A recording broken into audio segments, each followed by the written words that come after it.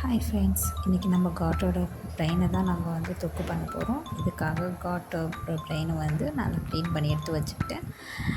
பச்சை மிளகாவும் வெங்காயமும் பொடிசாக நறுக்கி வச்சுக்கிட்டேன். இஞ்சி பூண்டு பேஸ்ட்டு தேவைப்படும். ஒரு பேனில் ஆயிலை ஊற்றிக்கிட்டேன்.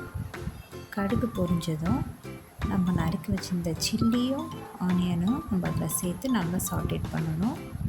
நல்லா இது வதங்கினதுக்கப்புறம் நம்ம கொஞ்சம் மஞ்சள்தூள் போடணும்.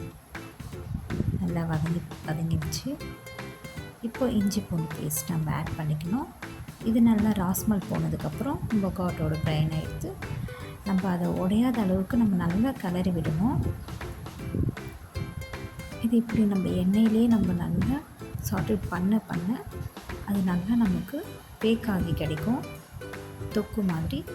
அப்புறம் நம்ம தேவையான அளவு சால்ட்டு சேர்த்துக்கலாம். இப்போது காட் பிரெயின் ரெடி.